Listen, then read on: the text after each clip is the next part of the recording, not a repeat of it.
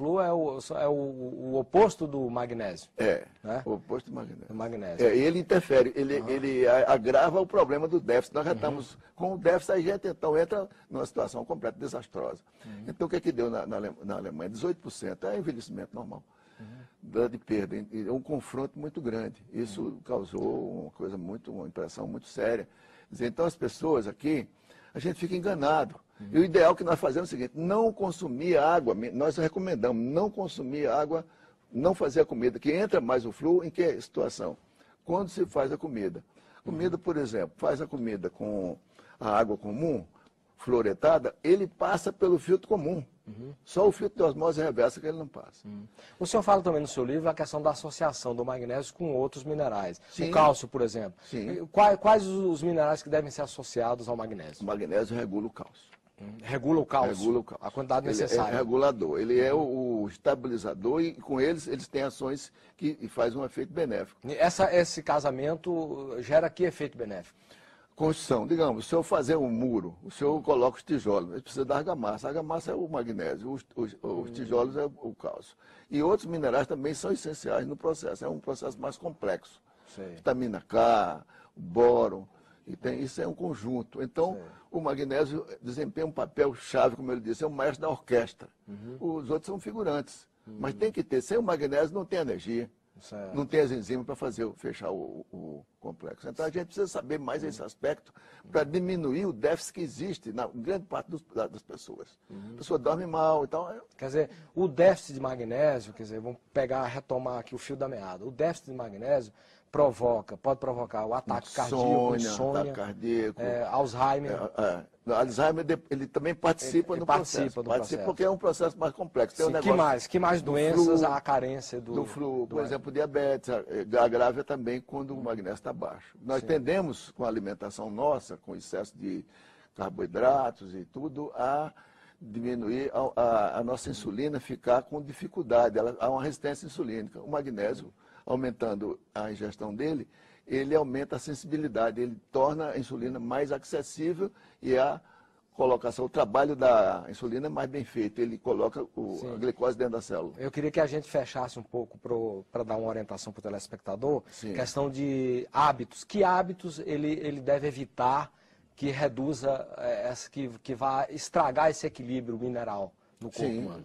Que hábitos, por exemplo? Hábitos, por exemplo, beber sem ter o reparo, como ele falou, sem ter. Tem que ter um magnésio no meio da história. Não abusar de bebida, porque pode dar o problema. Bebida alcoólica, o senhor fala. Bebida alcoólica. Refrigerantes também. Moderar os refrigerantes, sobretudo os de tipo cola, porque gasta, altera o sistema, né? Sim. O problema de muita gordura também interfere com a entrada do magnésio. O cigarro o senhor mencionou também. Acabei de falar. São os fatores de agravamento do processo. Então nós estamos num déficit, a gente vai ficar ainda, gasta no cartão de crédito, ainda mais ainda faz uma conta, né? Fica difícil, né? Aí agrava o problema. Sim, então como que a pessoa, assim, que hábitos o senhor recomenda alimentares que a pessoa deve ter para ter uma boa quantidade de magnésio? Alimentos especiais, usar as verduras, sempre as boas verduras, todo dia uma boa salada, ou 2 ou 3 com frutas, fazer exercícios, que é interessante para tirar o estresse.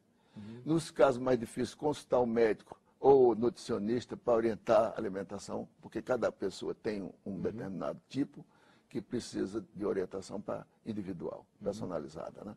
Então isso aí fecha a recomendação. E fazer um tipo de exercício que também tire o estresse, que é interessante. O estresse aumenta o gasto do magnésio. Quem está estressado está com magnésio saindo perdendo a urina. Magnésio. Perdendo a urina.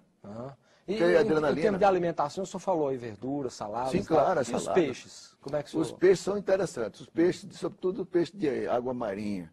Os peixes que tem também o ômega 3. O da água marinha tem mais magnésio do que o de água doce? Tem mais. Quanto mais? Tem mais, o teor chega a ser quase 30%, 40% mais. Ele tem por causa da fonte dele, né? Ele trabalha com... E tem as propriedades dos peixes de água fria.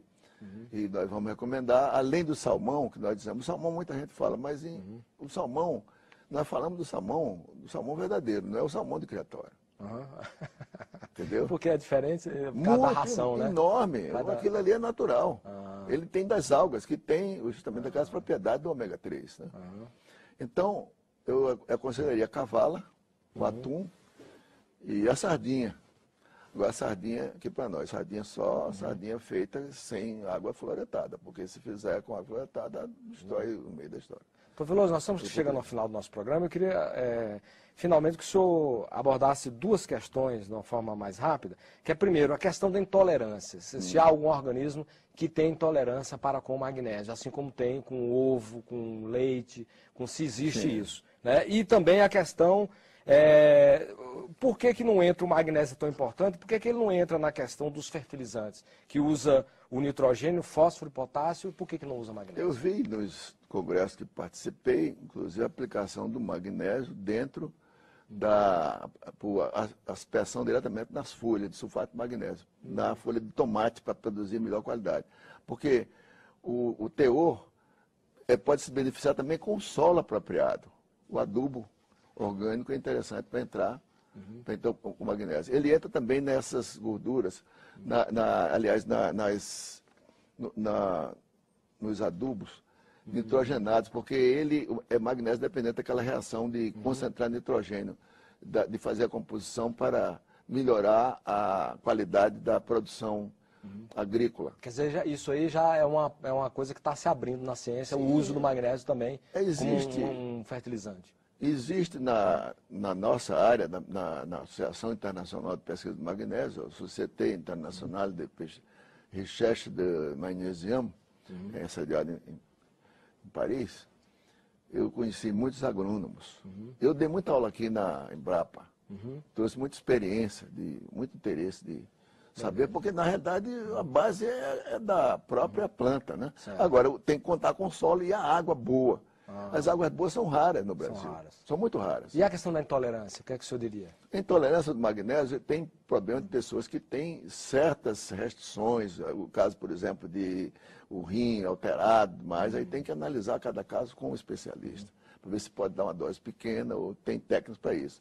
E neurologista também, em casos de certas doenças neurológicas e doenças cardíacas, mas são coisas raras. A maioria das pessoas tem necessidade grande.